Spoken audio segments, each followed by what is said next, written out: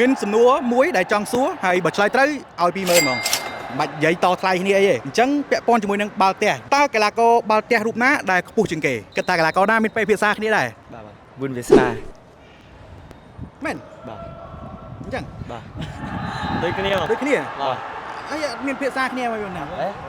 ហើយក៏ខ្ពស់មែនបាទវុនវាសនាឡើង2ម៉ែត្រ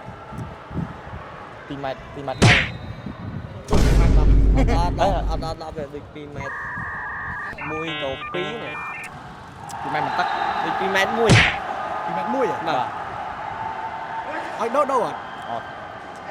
ចង់ហាក់បើឲ្យដូរកីឡាករដូរអត់អត់ទេអត់ទេប្រភេទអីណាអត់ដូរណាអត់ដូរអត់ទេដៃអូចម្លើយនេះក៏ត្រូវទេបាទកម្ពស់គាត់ត្រូវប៉ុន្តែអ្នកដែលខ្ពស់ហ្នឹងគឺអត់ត្រូវទេពិនសរុនគាត់មានគាត់កម្ពស់2ម៉ែត្រ1